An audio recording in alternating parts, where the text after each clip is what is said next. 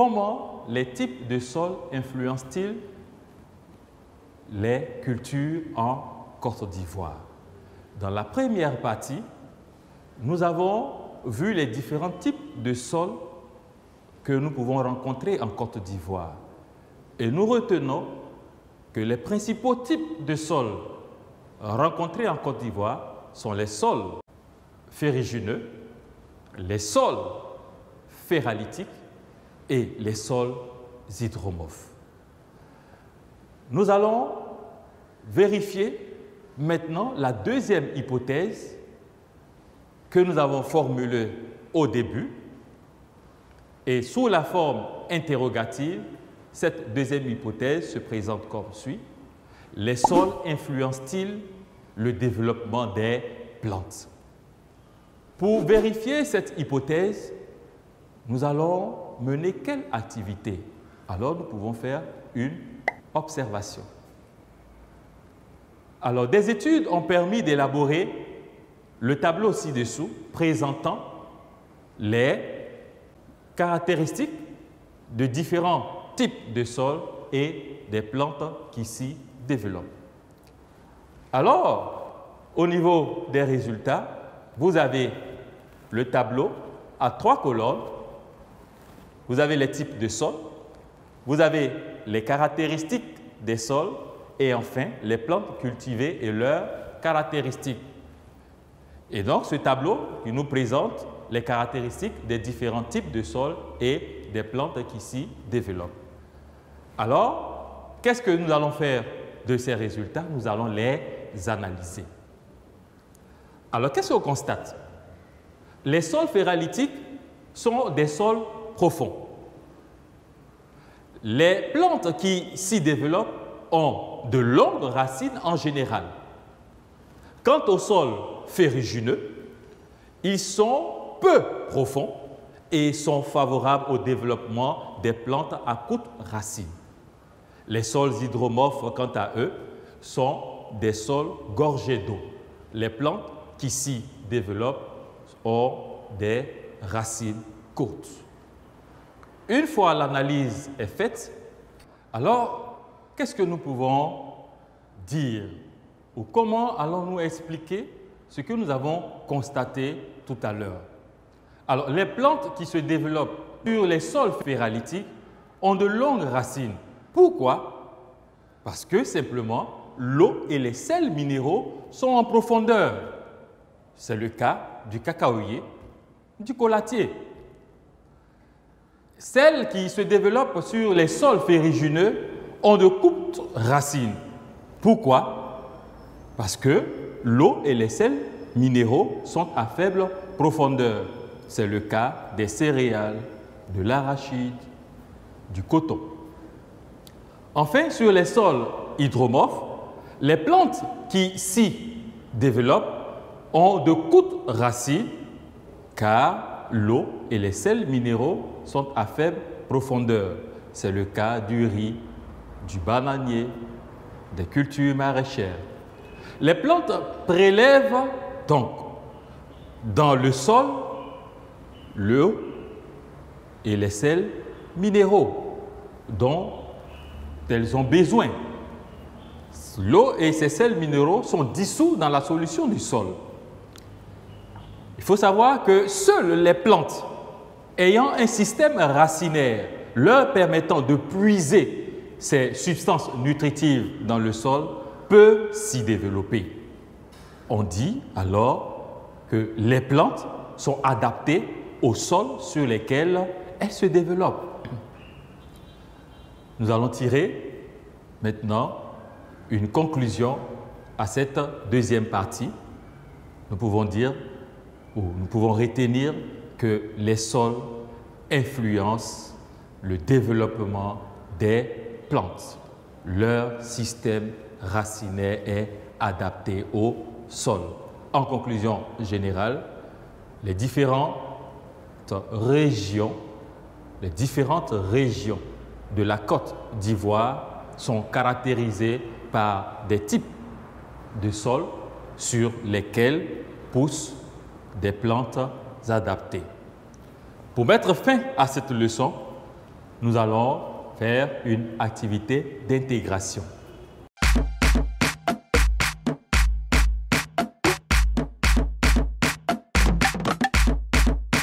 Exercice 1. Voici une série de mots et groupes de mots relatifs à la localisation des sols et sur les relations sol-plante. Les mots sont sol ferralitique, adaptation, courte racine, sol ferrugineux, sol hydromorphe, longue racine. Alors vous avez le texte lacunaire qui vous est présenté. Alors à l'aide de ces mots, nous devons compléter, à l'aide de ces mots et groupes de mots, nous devons compléter le texte lacunaire. Ça, c'est le premier exercice.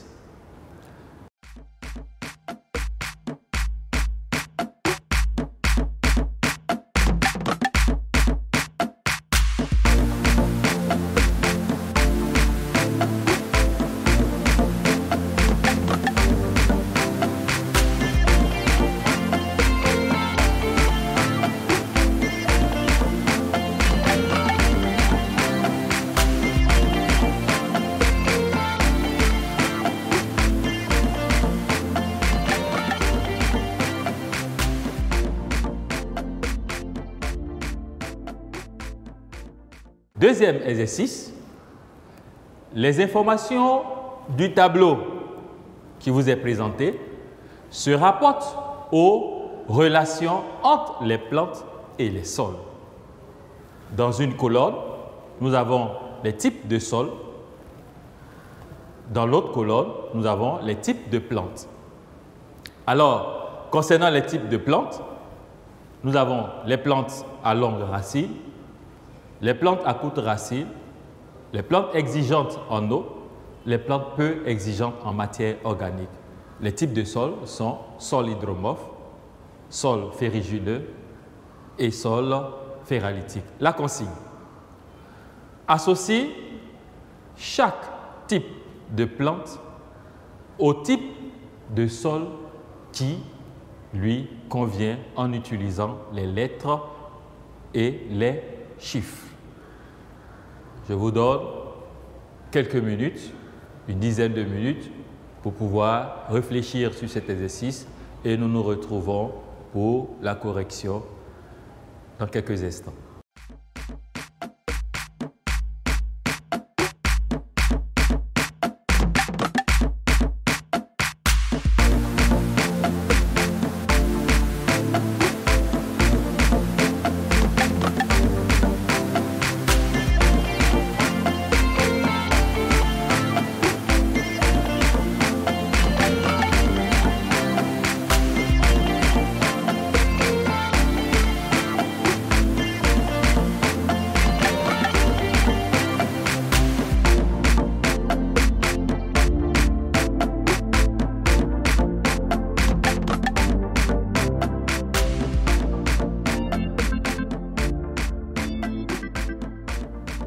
Nous allons corriger maintenant l'activité d'intégration.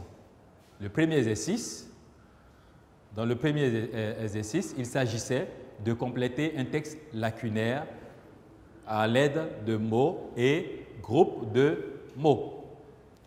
Alors, on lit le texte et nous allons le compléter ensemble.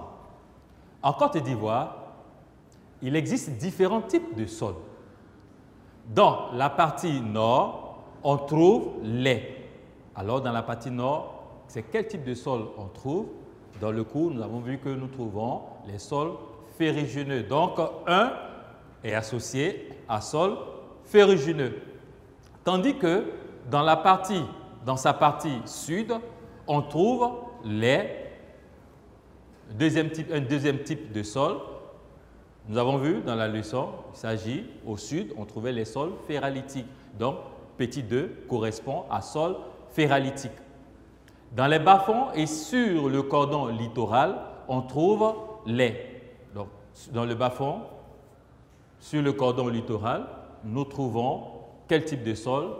Bien sûr, les sols hydromorphes. Alors, petit 3 correspond à sol hydromorphe, sur lesquels poussent des plantes à cycle court et à... Donc, les plantes à cycle court, généralement, on les associe, donc c'est des plantes à courte racine. Donc, petit 4 correspond à courte racine. Les plantes à, donc, quelles sont ces plantes? Ici, qui poussent sur les sols ferralitiques. Bien sûr, c'est les plantes à longue racine. Donc, petit 5 correspond à longue racine. Ces plantes sont adaptées à ces sols. On parle de quoi? D'adaptation. Donc, petit 6, adaptation donc, de la plante au type de sol.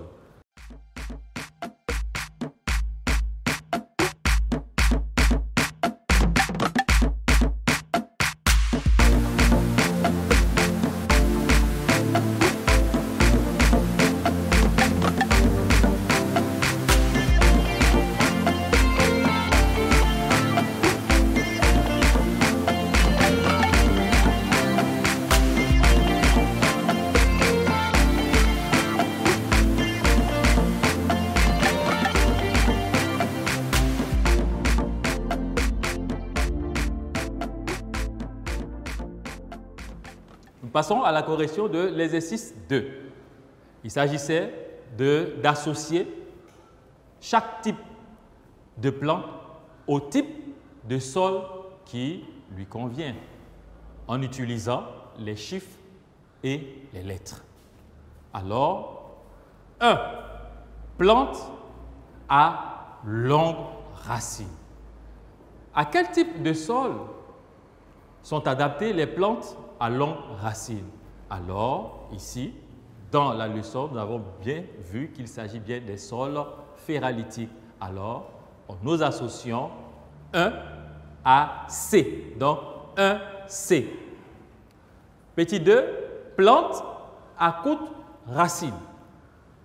Les plantes à courte racine, nous avons bien vu que ces plantes-là se développent dans les sols hydromorphes ainsi que dans les sols ferrugineux. Donc, 2 est associé à A, 2 est encore associé à B. 3. Plantes exigeantes en eau. Les plantes qui ont besoin de beaucoup d'eau pour se développent dans quel type de sol? Alors, ici, nous avons vu que les plantes ici qui se développent dans les sols hydromorphes, c'est des plantes qui ont besoin de beaucoup d'eau pour se développer. Alors, 3 est associé à petit a. En fait, les plantes exigeantes en matière, ou peu exigeantes, pardon, en matière organique.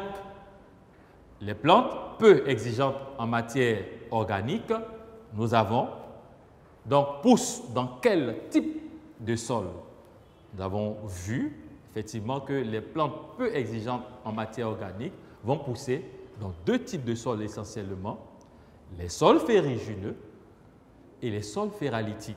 Donc, petit 4 est associé à B, à petit b, et 4 est encore associé à C. Je vous remercie. Nous nous retrouverons pour une nouvelle leçon à une prochaine séance.